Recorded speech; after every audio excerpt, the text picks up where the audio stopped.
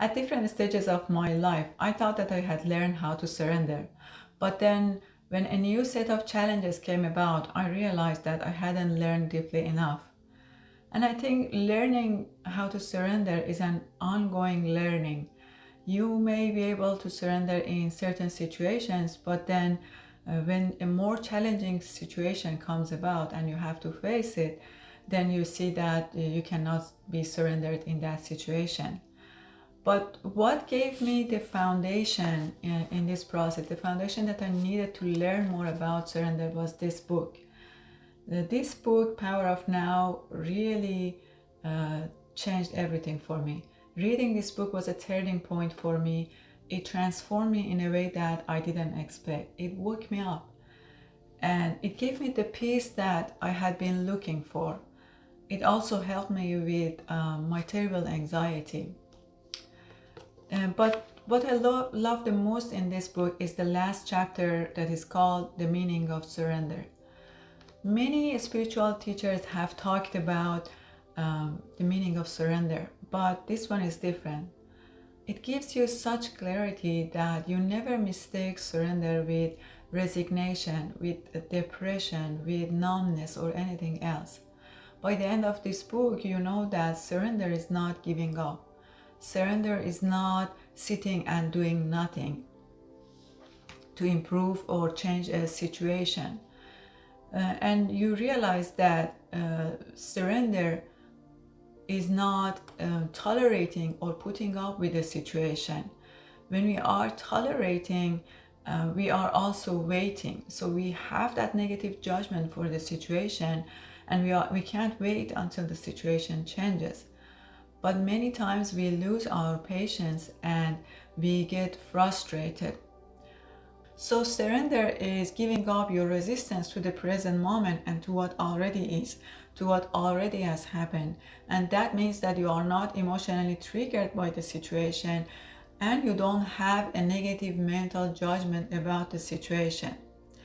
So if you are triggered by a situation already, then that means that you have missed your first chance in surrender. And that's totally okay. Except the people that are really enlightened, almost everybody goes through that, whether they show it or not. It all depends on how intense is that experience, what they are experiencing right now. And when you are triggered, that means that you have a belief or a thought that goes against what you are experiencing right now. And as a result, you experience one or a lot more negative emotions. Uh, a simple example would be like when you have planned something for your life and things don't go as planned, because you have that belief inside you that uh, things always should go according to your plans. Then that belief goes against what you are experiencing, and that triggers you.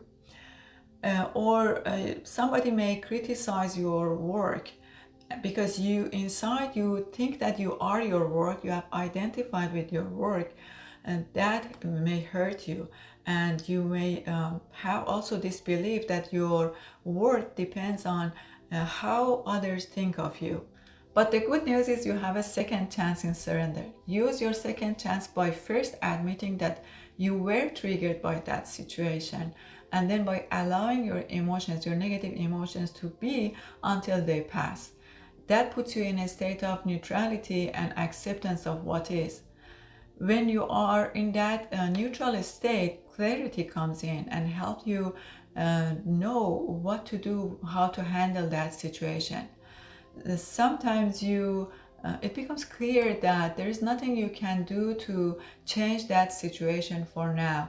Then accept that. That's part of the surrender too. Because surrender is also being in a state of not knowing or not understanding and still going with the flow of life.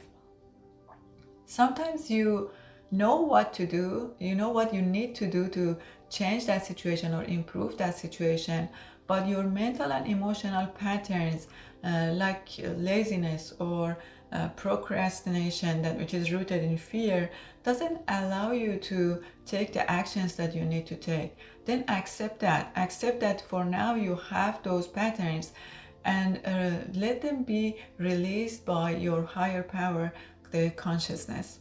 Let me explain in a simple day-to-day experience how I understand surrender, and this may help. If your car breaks down, for example, in the middle of nowhere or runs out of gas, then when you are surrendered, you don't get upset with what happened. You don't sit in your car and do nothing to handle this situation. You don't get angry at yourself and blame and criticize yourself for what happened. You don't get mad at the car manufacturer. In general, you don't think, when you're surrendered, you don't think that this shouldn't have happened. But if you are already triggered, if you are already feel angry, frustrated, or scared, then the first thing that you do to use the second chance in surrender, you just admit that this is how I feel right now, and then you let yourself to calm down. You don't want to take action out of anger and frustration. You want to take action out of calm and a state of being neutral. I think we can take this example and kind of generalize it to all life situations. When we have this big belief or other related belief to this belief that what happens shouldn't have happened, then we definitely get emotionally triggered by life situations, these situations that we face in day-to-day life. But and we miss the first chance in surrender. What we can do to be in that more surrendered state and use our first chance in surrender is to be more present. The more we are present, the less we have those kind of beliefs, and we more flow with life.